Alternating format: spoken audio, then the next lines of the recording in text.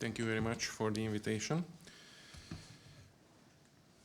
So, I will start with the old man's tales, because in this part I heavily depended on the memoirs of those who were at the negotiating table, and all of them are old men today. So, as Endre Juhász, the former chief negotiator for the accession of Hungary, recalled, there were other alternatives around time when the regime was changed, how we should shape our future. For example, the then French president, François Mitterrand, suggested a loose alliance of the Central Eastern European countries linked to the West, but not necessarily with the community membership.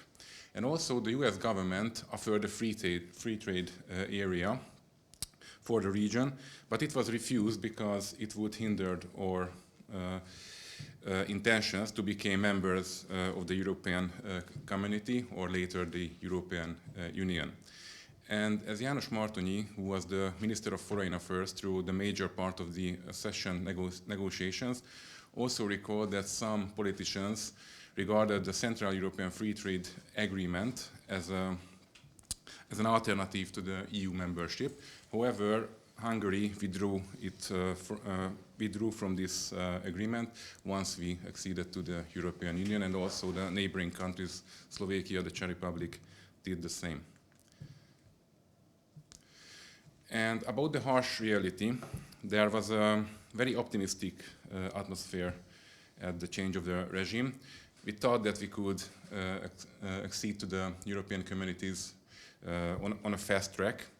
However, when it came to the Europe agreement, and Hungary was the first to conclude this Europe agreement, the Hungarian negotiators wanted to include the reference to accession or membership to the wording of the agreement. However, the negotiators on the EU side, or then European community, insisted that these words cannot appear in the text.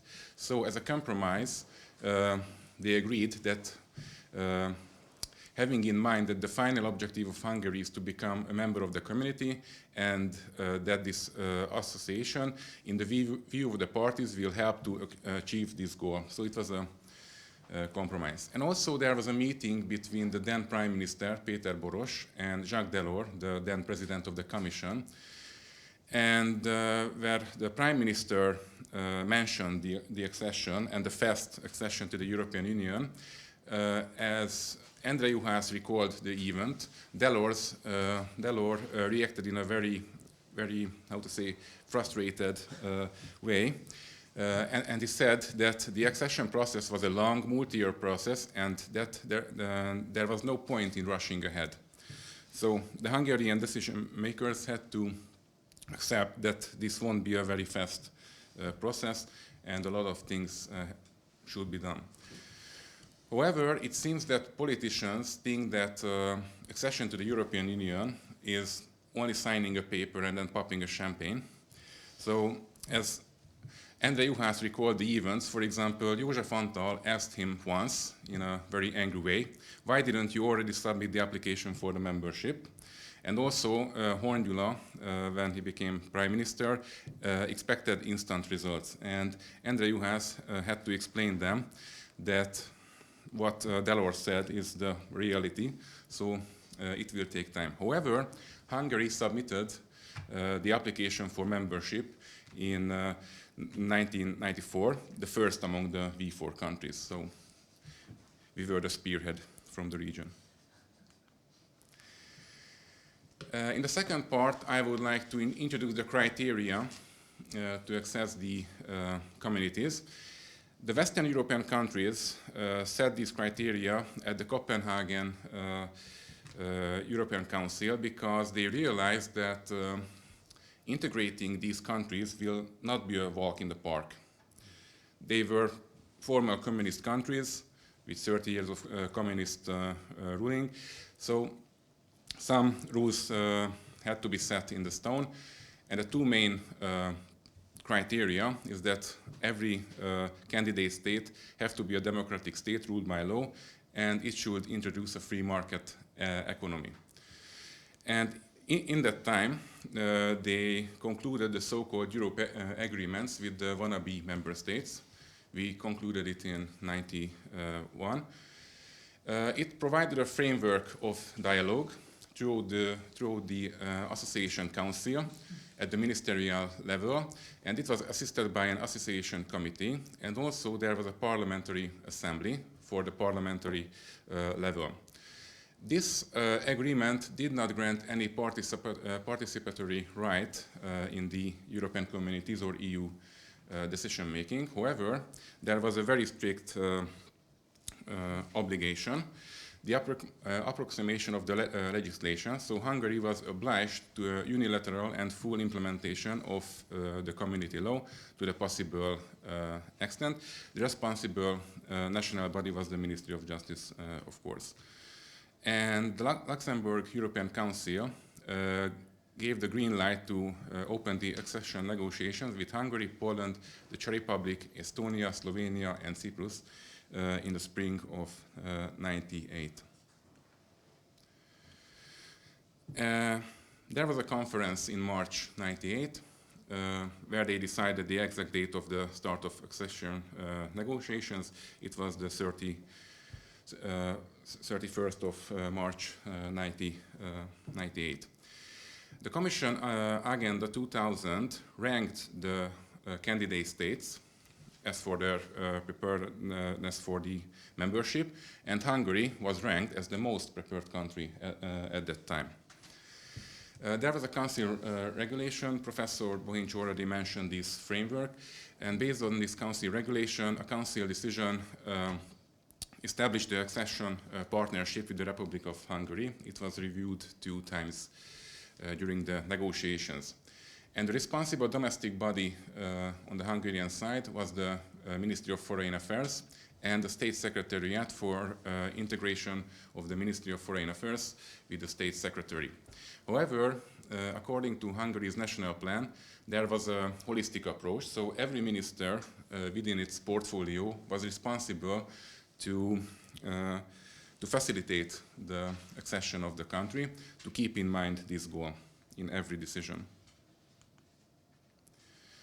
This association partnership granted no participatory rights in the EU decision-making, only as observers after signing the accession treaty.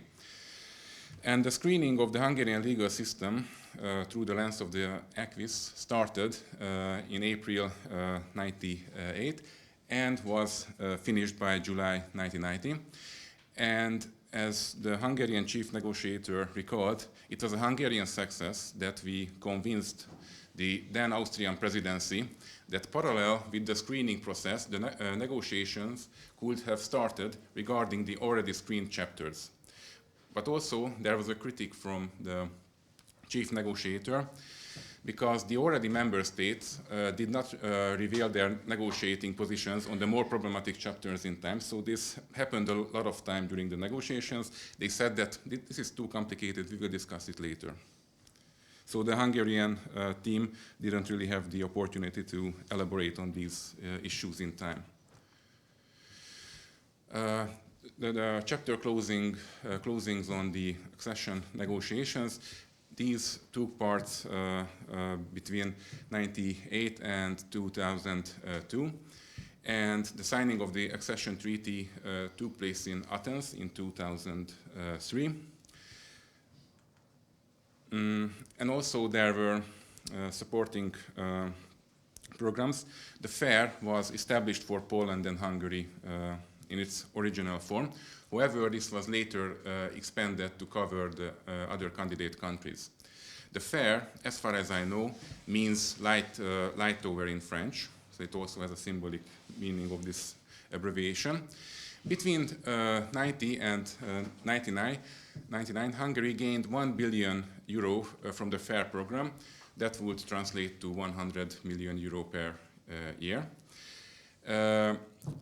At the closing of the program, the financial support covered the following areas: the institutional development and adoption of the acquis. It was almost half of the budget then, and also the regional development model programs, cross-border cooperation programs, and support for the participation in EU community programs. Later, when the Accession partnership was established, there were other programs. There was the so-called SAPART program, a special accession program for agriculture and rural development. The then candidate countries received around 500 million euro in the form of non-reimbursable aid between 2000 and 2006 to help them to adopt the common agricultural policy and to help them developing their rural areas. Hungary received nearly 40 million euros per year. And the SAPARD was a milestone because it was the first pre-accession fund for which the European Commission delegated the management of the entire fund to the candidate countries. Therefore, every candidate country had to establish the so-called SAPARD agency somewhere within the state administration. And also, there was an instrument for structural policies for pre-accession. It was the ISPA. It offered the 10 candidate countries a yearly amount of 1 billion euro between 2000 and 2006, determined by the European Commission on the basis of the country's population. The average annual amount of this assistance for Hungary was from 7 to 10% of the total allocation, which translates into 70 or 100 million euros per year. And also, there were other programs, and I won't bore you to tears by reading all of this, mainly because I can't read it. Maybe I need a stronger glass. The thing is that the subsequent Hungarian governments deemed participation in these programs as a very important aspect of preparing for the accession. So every government, no matter what side, tried to participate in this program, and therefore, for example, Hungary participated as the first candidate country into the Erasmus program and other programs related to higher education. Gaining finance from the above-mentioned programs were conditional on fulfilling the obligation under the Europe Agreement, meeting the Copenhagen criteria and the specific priorities of the accession partnership. And in part 4, I concluded what Hungary achieved through the negotiations. Of course, there were other exemptions from the community law, but I wanted to highlight the most important ones. But first, I named this question as the tobacco paradox, because the Hungarian government had to decide what is national interest. And for example, in case of the tobacco, there was a EU regulation on the tar content of the tobacco, but the Hungarian delegation first asked for the extension of the deadline on fulfilling the union rules. So why would the Hungarian delegation ask for exemption from rules that served the protection of human rights, human health, sorry. As Peter Gottfried, the then head of the State Secretariat for Integration at the Ministry of Foreign Affairs, explained this in an interview. He said that the Hungarian decision makers had to take into account the interest of the Hungarian families making their living by growing tobacco, and these families mostly lived in an underdeveloped region of Hungary, and applying the EU rules immediately would have caused serious troubles for these families. However, based on the accession treaty and its annexes, this derogation was not granted by the end of the day. The free movement of persons and the free movement of capital, so protecting the arable land in Hungary.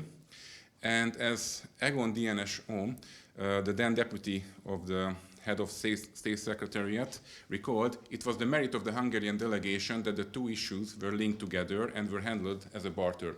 So some member states, some old member states, retained their right to apply certain restrictions on the free movement of persons for totally 7 years. And in turn, Hungary had the right to derogate from the EU law for a 10-year period. And this was made because the Hungarian decision makers were afraid of a situation where the Western investors would buy up Hungarian land, which was much cheaper at that time. And however, according to UHAS, the Hungarian delegation avoided this situation by reaching a favorable compromise. It is still an issue. It is enough to read the studies of Professor Szilágyi, who also elaborates on this issue.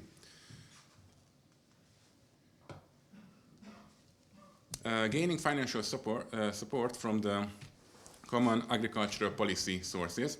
The EU's initial position was that the new member states should be excluded from the budget. It was because these were so-called compensatory payments for the reducing of guide prices under the common agricultural policy. Since it was to be expected that in Hungary these prices would not fall but rise instead, compensation was not needed necessary.